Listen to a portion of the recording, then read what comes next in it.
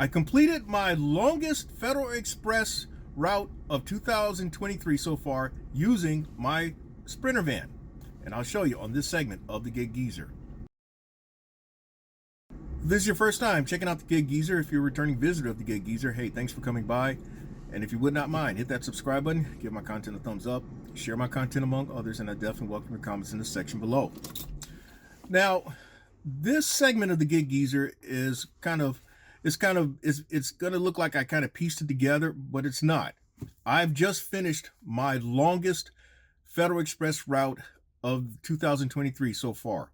This route had 90 stops. While it wasn't a lot of area to cover with what I'm used to doing, so when I do personal vehicle program opportunities with Federal Express, this route with 90 stops is something that's more like what I would see during peak season, which would be during the holiday season. Now, what I got to do right now is actually return this thing here. This is a scanner that everyone uses when they're out on route. In fact, I have not even do my end of day yet, and so I'm actually doing this as I share information, as I document this segment of the Gig Geezer. I had to return 5 parcels. I returned 5 parcels on this particular route out of like over 90 parcels, and I had a significant number of businesses to deliver to. I would venture to say somewhere in the neighborhood of 20 to 25 businesses, which is very time consuming. I had some apartments, in fact, a couple of third floor drop offs, and I had a little bit of other interesting things to share that I'm going to go right into. Alrighty, I am about less than 5 minutes removed from having loaded up my Sprinter van with my Federal Express route today. Now, as a review, I have shown a few segments of the Gig Geezer in recent months in which I share some of my experiences having completed routes for Federal Express under its personal vehicle program. There are people who have asked me about the personal vehicle program, and I'll just explain how I got on and how I've been able to stay on with the personal vehicle program. Back in 2020, I happened to run into a lady whom I knew from my days at Amazon Flex. In fact, she has since gotten her CDL and is out on the road with her husband driving the 18-wheelers. And every now and then we talk. Well, I happened to run into her while she was on route and while I was delivering a DoorDash or a Grubhub or a Uber Eats out in Lexington County. And we talked for a bit, and she told me about how, hey man, this is some good money here. $120 a day at the time back in 2020, and you're done in a few hours. It's better. It's even better than Amazon Flex in that you don't have to deal with route time pressure. In that drivers on Amazon Flex can be deactivated for completing their routes, taking too long completing their routes. You don't have to deal with customers claiming that they didn't get their packages, and then Amazon Flex comes to you with these friendly, well-written emails accusing you of not delivering packages or supposedly damaging their property when all you did was stop your vehicle out in the street or in the driveway. So I've been doing the Federal Express personal vehicle program basically on a seasonal basis since 2020. And this year, 2023, the guy whom I've been dealing with, the contractor whom I've been dealing with, first he was working under someone as basically a supervisor, and he was the person whom I reported to.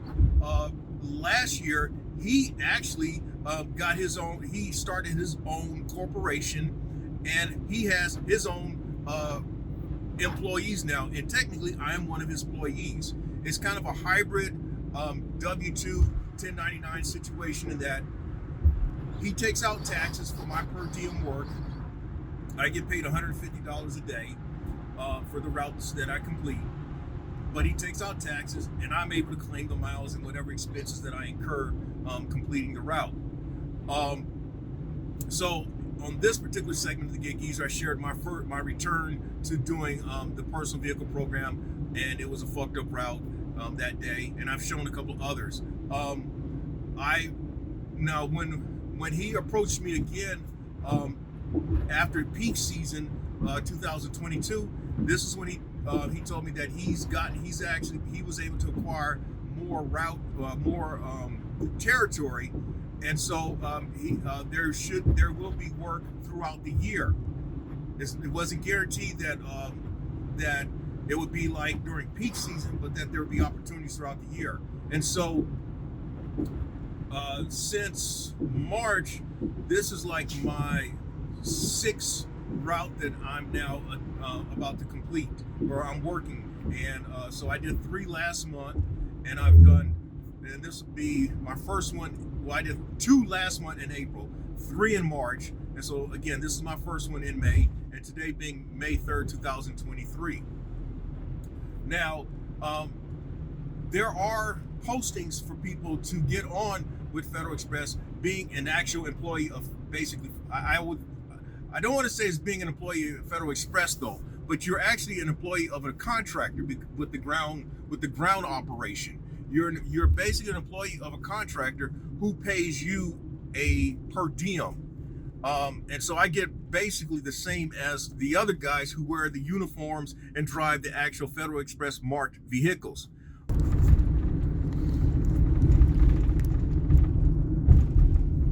Now, I had to cut off because there was a phone call that came in while I was recording this with my phone.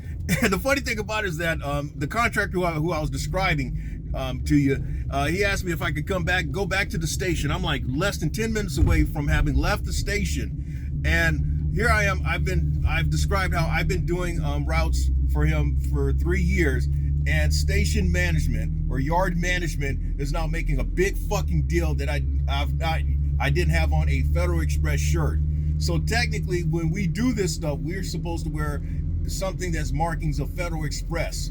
And I mean, it's just never been a fucking issue all this time. I have completed scores of routes for the contractor whom I've dealt with, and he explained to him that, hey, look, it's never occurred to me that I had to give him a shirt.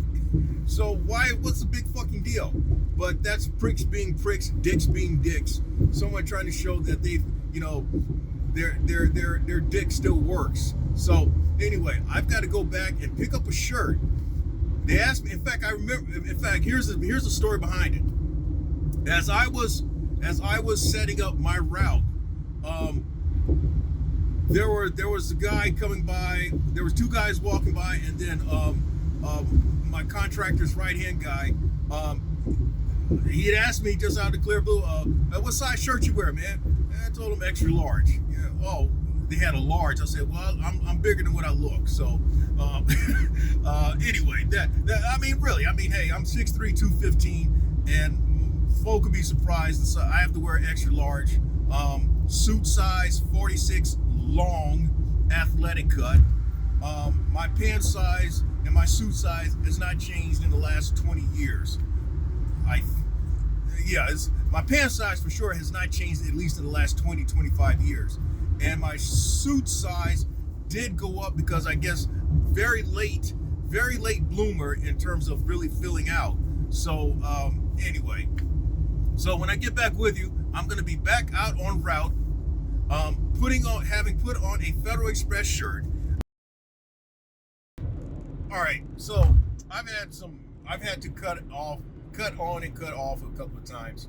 The first time it was because of the contractor calling me to go back to the yard to get a shirt. The second time, my daughter calls me, and so now I'm back, and I'm back almost to the very point, to at least driving wise, where I had where I was interrupted by the phone call from the contractor. So as you can see now, I got one of these Federal Express shirts on, and they also said, well, when you come back, next time you come back, also wear some dark colored bottoms. Whatever you do, wear dark colored bottoms, like black or dark blue. And so they also the guy, his right hand man is going to order me a pair of pants as well. But I've got some dark colored sweats or bottoms that I can wear, so that's not an issue. It's just this shirt, and I am not a fucking uniform person, not at all whatsoever.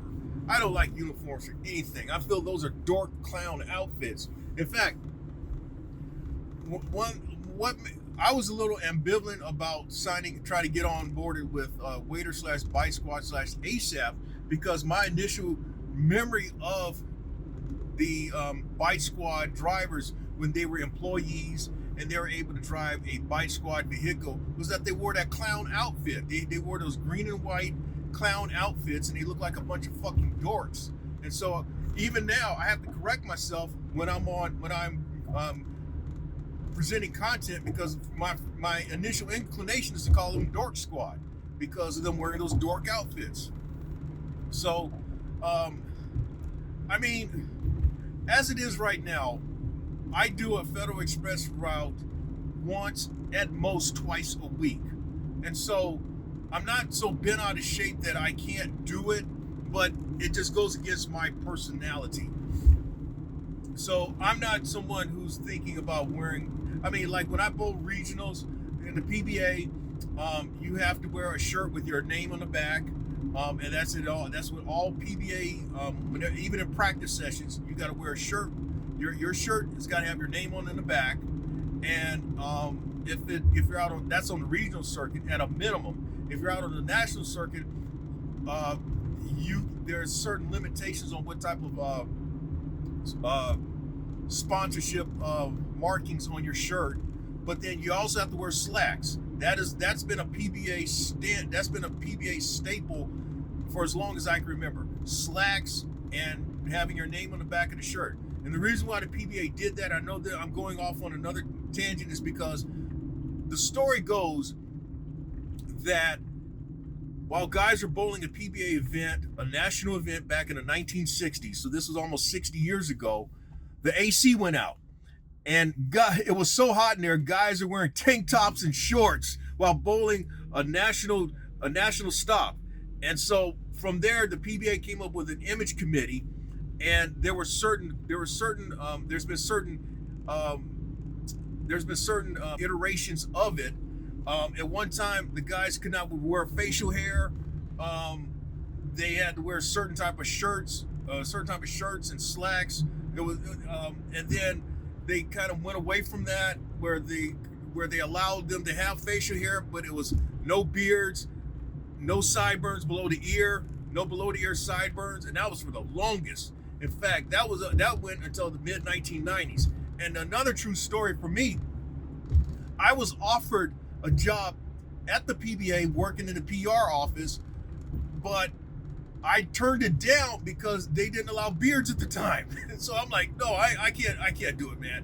And then a few years later, I see on a PBA media guide where the best bowler for about the next 15, 20 years was wearing a beard, and guys were able to wear their hair below the shoulder, and that was cool. So I guess you could say that I've always been somewhat of a rebellious person who's always going against the grain. So all that is to say, I'm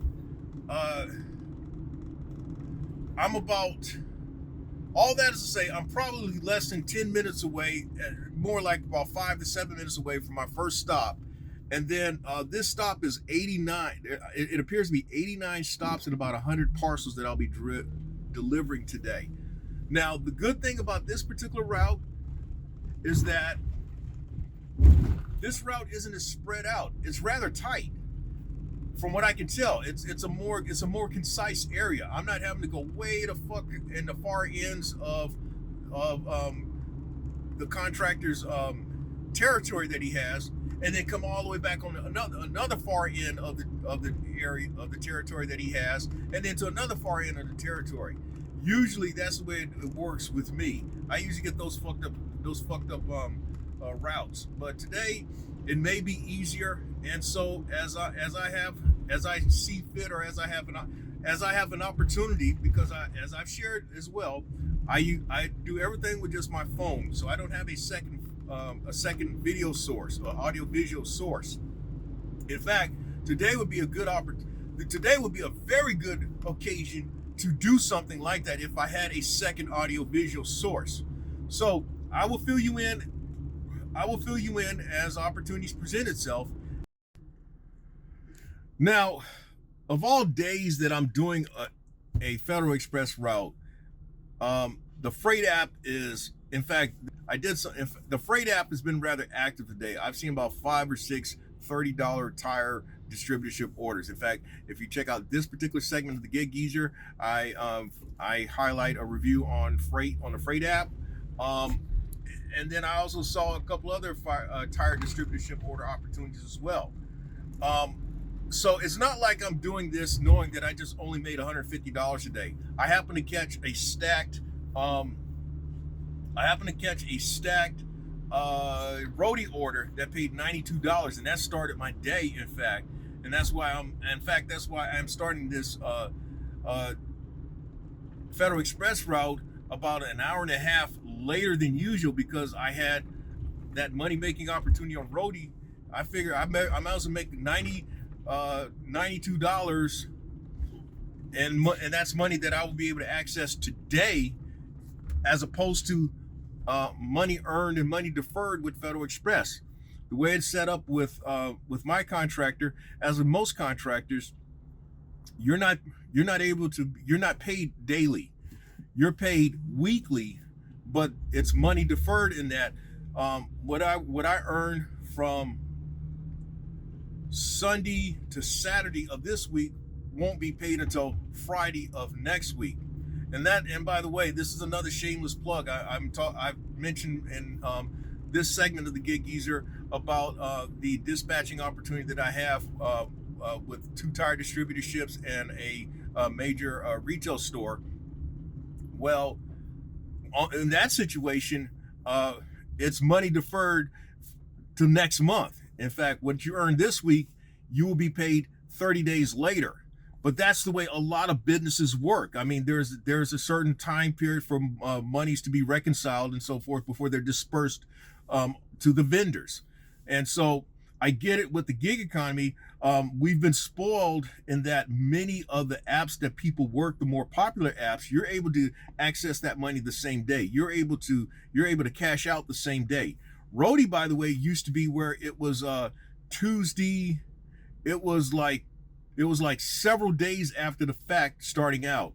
If memory serves me correct, it was either the Tuesday or Thursday following the whatever gig that you completed. And then eventually Roadie upgraded to where you could cash out on a daily basis. Uber, for example, when you first start out with Uber, you had to drive like for 2 weeks before you could cash out each day, but you were paid the following Monday. Lyft, you had to put in a certain number of rides before you were able to cash out on a daily basis as well. I remember with DoorDash starting out, it was the same thing. I think you had to put in so many deliveries before you were able to cash out the same day. You had to wait a week, if memory serves me correct, before that money was just automatically deposited in your account.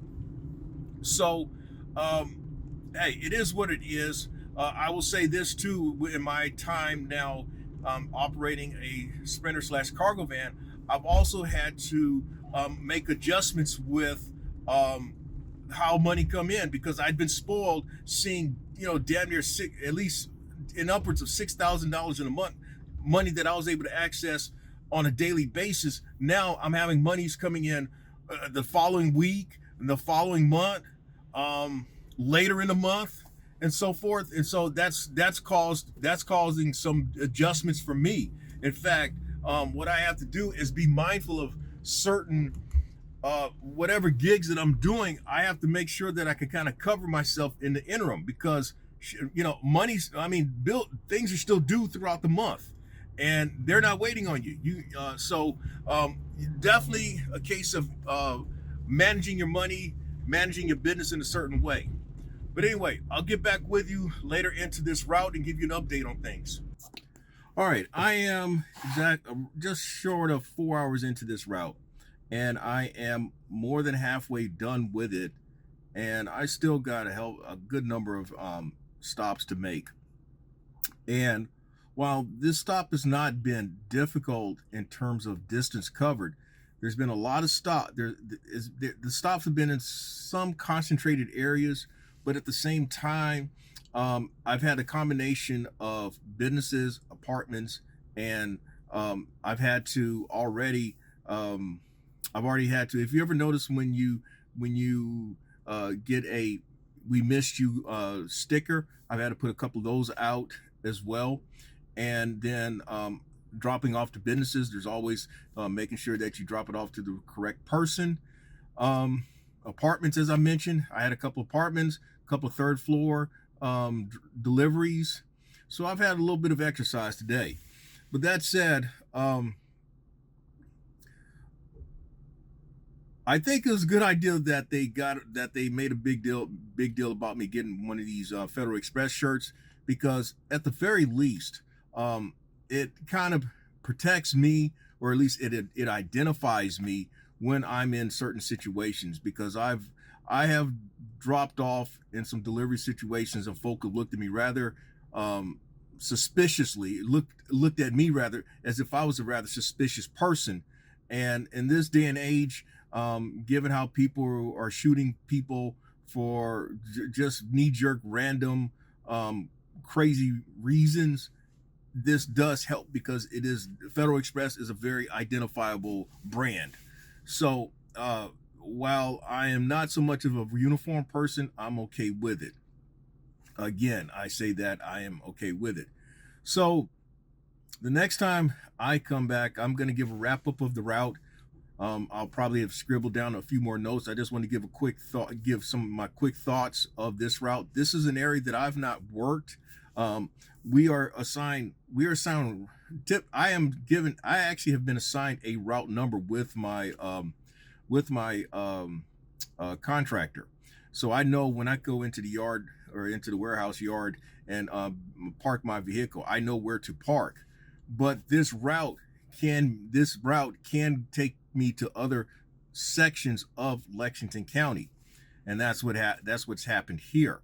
And so what happens when you actually do when you really breeze through a route is because, number one, the stops kind of line up correctly, but also there's a certain degree of familiarity, and you're able to navigate your way through certain areas much faster than you would when you're not entirely familiar with all the little shortcuts and tricks that you may employ.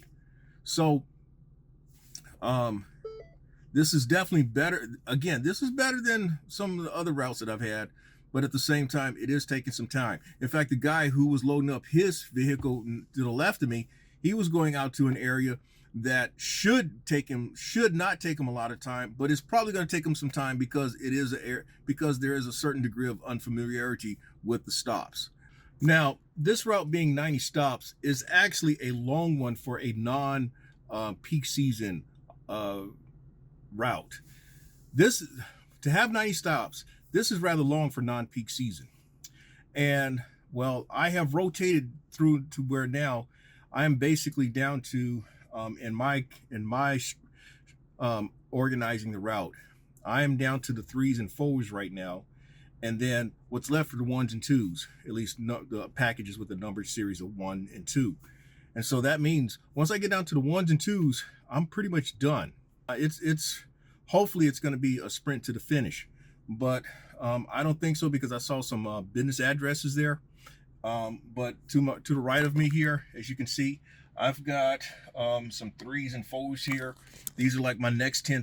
These are like about 5 or 6 of my next 10 stops. All the way in the back, though, are the remaining parcels for the next 10 stops that I have. I always try to plan things 10 stops ahead. At least today I can do that because I got stuff in my van. Again, with my van, again with the F-150, what I try to do is put as many parcels as I can inside the van, and then I don't have to rotate out from moving stuff from the bed of the van, moving stuff from the bed of truck into in moving stuff from the bed of the truck inside the truck. So this is one of the advantages of having a van. You can just slide shit farther to the front, and then pull as you need to.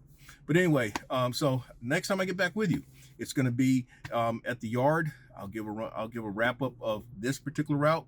And with that, if you like the content that's been provided in this segment of the Gig Geezer or in any other segment, hit that subscribe button, give my content a thumbs up, share my content among others, and I definitely welcome your comments in the section below. Now, that's all that occurred while I was out on route. Again, we're back here at the yard, and I've just dropped off that scanner that I showed in the onset. And I'm going to give some impressions about doing routes like this and just some other thoughts that come to mind while I was out there on route. In fact, I scribbled down a couple of thoughts just for this particular segment. Now, some people have asked me, well, how do you get on with doing the personal vehicle program? Well, you have to know somebody. I mean, that's basically what it amounts to. You have to know somebody who's a contractor. I would venture to say that when you look at those Federal Express trucks, look at the name of the company that's on the side of the truck. That's usually the contractor that you would want to find their phone number or find their website and contact and see if they have some openings. In fact, there are openings that appear in Indeed and some other online entities that some other online job boards. Now, for me, doing Federal Express, it can't be something that I would do every day. Otherwise, I would be in the poorhouse. It just doesn't pay enough. $150 a day for me isn't enough. And if I were to do this full time, in which I might make $200, maybe an upwards of $250 a day in this market, the Columbia, South Carolina metropolitan area, it would wear me out because, I mean, to do Federal Express or to do UPS or to do Amazon, you need to have some young legs and a young back and just a younger body. And while I've taken arguably pretty damn good care of myself over the decades, that's not something I would want to do 5-6 days a week. I just don't. And then just from a financial standpoint, I make a hell of a lot more doing other things than to do Federal Express. So you ask, well, why do I do it? As I've mentioned probably a couple of times, or as I mentioned a couple of times earlier, and in other uploads in which I've highlighted Federal Express, it boils down to my relationship with the contractor whom I deal with. I mean, he's a good guy. This guy he's a gem of a person. And I've told him a number of times that, yeah, I would do this. I would do this for you, man.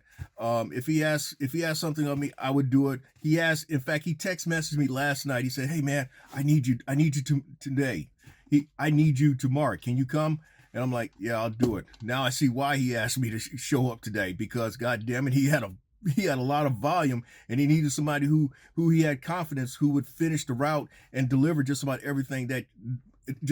everything possible. Now, just thinking about doing something like Federal Express, it's not a contracted position. It's not a contracted opportunity. But I look at other folk who speak of contracts, and for me, it's got to be something that's really, really, really a good situation that works. It's got to be a really, really good situation that allows me to have the flexibility to make money when I feel I need to make money. But also I understand that, hey, that's money that you can count on, that you know that's coming in every month or every week. But for me, it just seems that a lot of the contracted opportunities that I have seen, that I've been offered, they're pay cuts. They are pay cuts. In fact, Monday, I was supposed to do a route for this contractor. And I told him the day before, no, I can't do it. And the reason being was that I had that freight order to Charleston that paid $225. Well, hell, I mean, that's a no-brainer. Why am I going to give up $225 to be out here 4, 5, 6, 7 hours to drop off in upwards of 90 to 100 parcels or and to drop off or to complete in upwards of 90 to 100 stops in a day. It don't make it. I mean, that don't make any sense. In fact, on Monday, as I shared in this particular segment of the Gig Geezer, I made over $470. That would be 3 days doing Federal Express for me. So I would, at least from my perspective, and what I would share to another sprinter / cargo van driver, make sure that if the contract situation that you're looking into is something that is going to be worth your while financially, and also still gives you the flexibility to make money doing other things. Because if you lock yourself into a contract, you've got to cover that route, or you've got to make sure somebody else cover that route, or that's going to look bad on you. So that's all I have to share about contracts. That's all I have to share today with my Federal Express route. As you see here, as I'm closing out, this is the before and the after in terms of how my van looked when it was full with over 90 parcels, and that's how my van looked as I was heading back here to the yard. And with that, this is yet another segment of the Gig Geezer. If you like the content that's been provided in this segment or in any other segment, hit that subscribe button, give my content a thumbs up, share my content among others, and I definitely welcome comments in the section below. I'm Inwood Lane, and as always, may your grind and may your hustle continue.